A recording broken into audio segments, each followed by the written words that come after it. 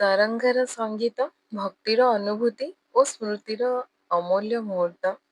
ସ୍ୱାଗତ କରୁଛି ପୁରୀର ଏହି ସୁନ୍ଦର ଯାତ୍ରା ମୋ ସହିତ। Welcome and welcome back to my channel. ସୂର୍ଯ୍ୟଙ୍କ ପ୍ରଥମ କିରଣ ସହିତ ଆମେ ବାହାରି ଗଲୁ ପୁରୀ ଅଭିମୁଖେ।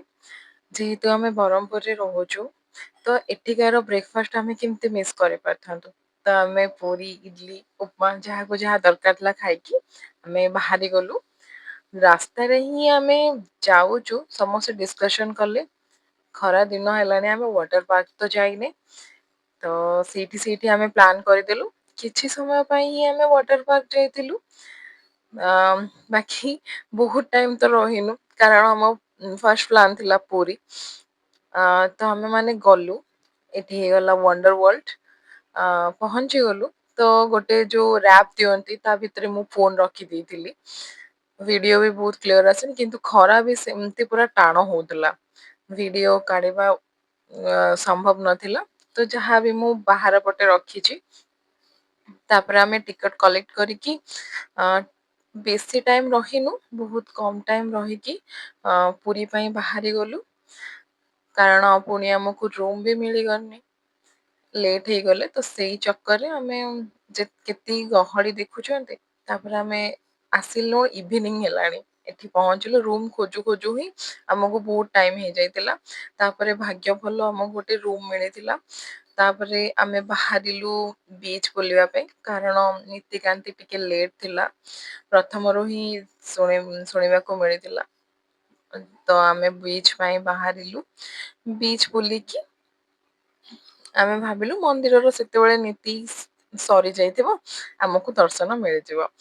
ଫାଷ୍ଟ ଏମାନେ ଚା ପିଇଲେ, ଆମେ ମାନେ ତ ଚା ପିଉନୁ। ତ ଆମ ସହିତ ଯୋଉ ଯାଇଥିଲେ ସେମାନେ ଚା ପିଇଲେ।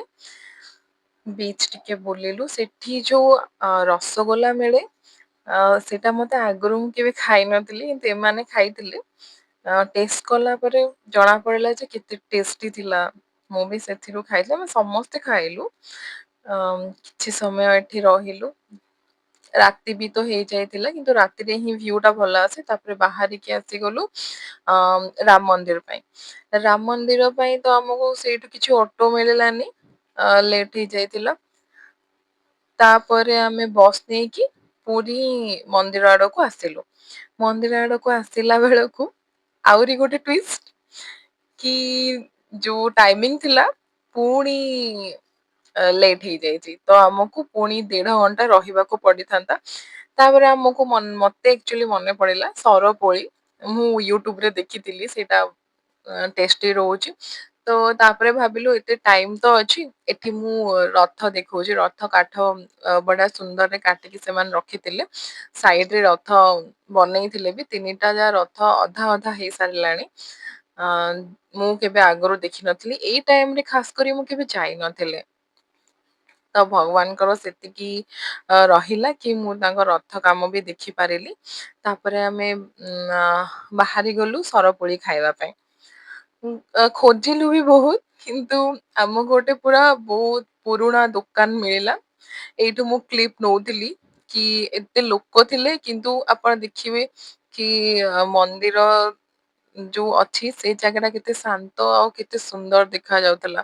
ମୁଁ ଗୋଟେ ବି ମିସ୍ କରିନଥିଲି। ତାପରେ ଆମେ ଟର୍ନ ନେଇକି ଗଲୁ ଖୋଜିବା ପାଇଁ ଦୋକାନ। ଆମକୁ ଆକ୍ଚୁଆଲି ମିଳୁନଥିଲା କି କୋଉଠି ସେଇଟା ମିଳୁଛି, ବହୁତ ଦୋକାନ ଖୋଜିଲୁ, ମିଳୁନଥିଲା ଫିର ବି। ତାପରେ ଖୋଜୁ ଖୋଜୁ ଗୋଟେ ୟାଙ୍କ ଦୋକାନ ମିଳିଲା, ବହୁତ ପୁରୁଣା ଦୋକାନ। ତ ଇଏ ରଖିଥିଲେ, ତାପରେ ଆମେ ଏଇଠି ନେଇ ଆସିଲୁ, ଖାଇଲୁ।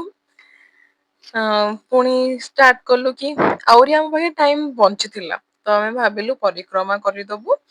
ଆମେ ବୁଲି ବୁଲି ଯାଇକି ଉତ୍ତର ଦ୍ୱାର ପାଖରେ ରହିଲୁ, ୱେଟ କଲୁ ମନ୍ଦିରକୁ ଯିବା ପାଇଁ।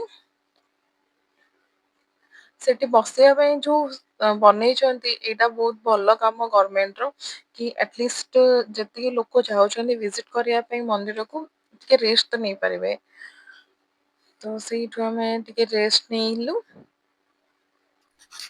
ଯେତିକି ଭିଡ ଥିଲା, ସେତିକି ଆମେମାନେ ଥକି ବି ଯାଇଥିଲୁ, କାରଣ ଆମେ ଟିକେ ବି ରେଷ୍ଟ ନେଇନଥିଲୁ। ତ ରୁମ ବହୁତ ଲେଟ ମିଳିଥିଲା, ଟିକେ ରେଷ୍ଟ ମିଳିନଥିଲା।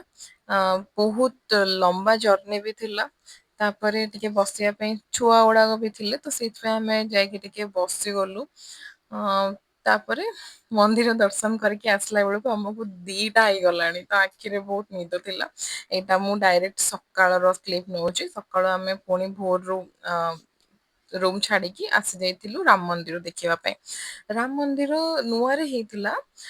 ବିଚ୍ ସାଇଡ ଦେଇକି ଆମେ ଗଲୁ। ଦେଖିଲୁ ରାମ ମନ୍ଦିର ଆଗରୁ ତ ହେଇନଥିଲା, ଏଇଟା ବୋଧେ ନୂଆରେ କନଷ୍ଟ୍ରକ୍ଟ କରିଛନ୍ତି।